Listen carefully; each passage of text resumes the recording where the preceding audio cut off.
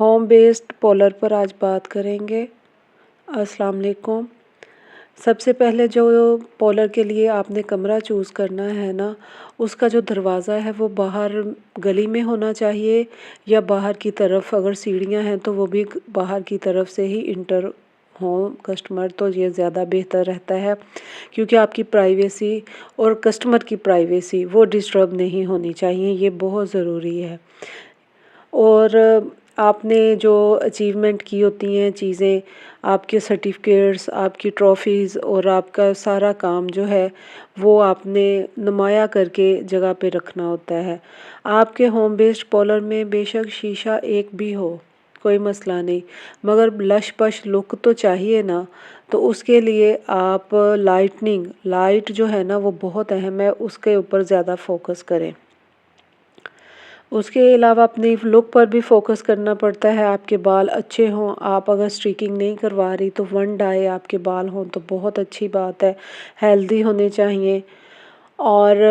آپ کے پاس نا الماری میں 2-3 سوٹ استری کر کے، اگر 2 نہیں تو 1 تو کم از کم استری کر کے سوٹ ہینگ ہوا ہونا چاہیے کہ وہ اچانک کوئی کسٹمر آ جائے تو آپ اس کو فوراً چینج کر سکیں۔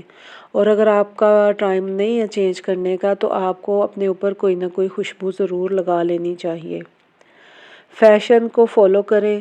اور اگر آپ کو گھر سے پرمیشن ہے تو لیٹسٹ فیشن جو آتے ہیں ان کو آپ ضرور ویئر کریں۔ اچھا، میک اپ کی جو ہوتی ہیں نا وہ آپ کو پتہ ہے تکنیک ہی چلتی ہیں، مگر کسٹمر کو دکھاوا بھی کچھ نہ کچھ کرنا پڑتا ہے، اسی لیے برانڈ کی کچھ چیزیں آپ کو ضرور رکھنی چاہیے۔ اور جو آپ بیس بناتے ہیں اسکن پر، وہ اکارڈنگ ٹو فیس جائیں، اکارڈنگ ٹو ویدر جانا چاہیے، فنکشن ہمارا کس طرح کا ہے وہ ہونا چاہیے۔ اور جو بھی آپ کلائنٹ پر کام کریں، بے شک کلائنٹ کی آپ سنتے ہیں، مگر آپ نے بہت سی چیزیں خود بھی مد نظر رکھنا پڑتا ہے، کیونکہ ہر علاقے کا موسم، ماحول اور کس طرح کا کلائنٹ کو ریکوائر ہے چیزیں، یہ رکھیں اپنے ذہن میں، کیونکہ اگر آپ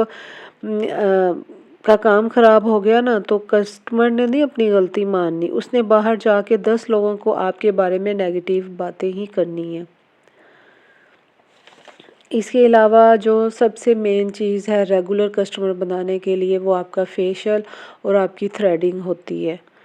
تو فیشل کے بارے میں آپ کو مکمل معلومات ہونی چاہیے کہ ان کو رزلٹ ان کا زیادہ اچھا کرنے کے لیے آپ کیا ایڈ کر سکتے ہو، اور اس پہ میں نیکسٹ ٹائم ویڈیوز بھی انشاءاللہ بناؤں گی۔ اس کے علاوہ موبائل اور مارننگ شو کی وجہ سے نا کسٹمر کو اویئرنیس بہت ہے، ان کو ہر چیز کا پتہ ہے جب وہ آپ کے پاس آتے ہیں، مگر ہنر تو آپ کے ہاتھ میں ہے نا،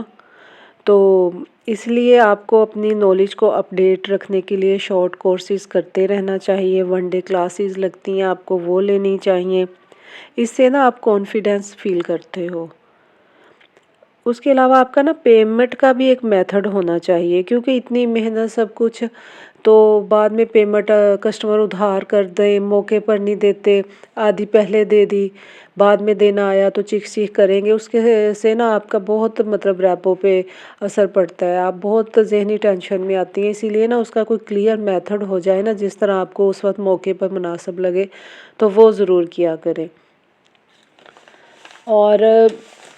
ایک جو مزے کی ویسے ہے بات تھوڑی مزاحیہ سی ہے کہ بھرا بھرا سا پارلر ہو نا تو وہ ذرا اچھا لگتا ہوتا ہے، کہ مطلب الماریاں ہیں تو جی اس میں بڑی چیزیں پڑی ہوئی ہیں، تو اگر دکھانے کے لیے آپ کچھ خالی چیزیں ایڈ کریں، کچھ ڈیکوریشن پیسز ایڈ کریں، تو وہ نا گھر میں ہوم بیسڈ پارلر کی بات کر رہی ہوں تو وہ اچھا لگ رہا ہوتا ہے۔ اور ایک چیز میں نے اور نوٹ کی ہے کہ اگر آپ کے کسٹمر اتنا زیادہ نہیں آتا نا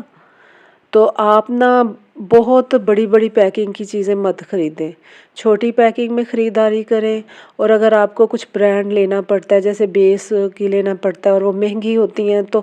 2-3 لوگ اگر مل کر لیں اور ان کو پھر سے اپنا اپنا حصہ لے لیں، وہ آپ کو صحیح پڑ جاتی ہے، ایک تو ریٹ کے حساب سے وہ صحیح پڑتی ہیں، اور دوسرا یہ ہے کہ وہ چیز سال 6 مہینے کے اندر ختم ہو جائے، پھر نیکسٹ آپ فریش خریدو، یہ مجھے نا بہت اچھی چیز لگتی ہوتی ہے اگر آپ کو اس طرح مل جائیں تو۔ اور سب سے بڑی بات کہ اپنے پارلر بے شک چھوٹا بھی ہونا اس کو صاف رکھیں، اپنے ٹولز صاف رکھیں، آپ کے برشز صاف ہونے چاہیے، ان کو دھو کے رکھیں،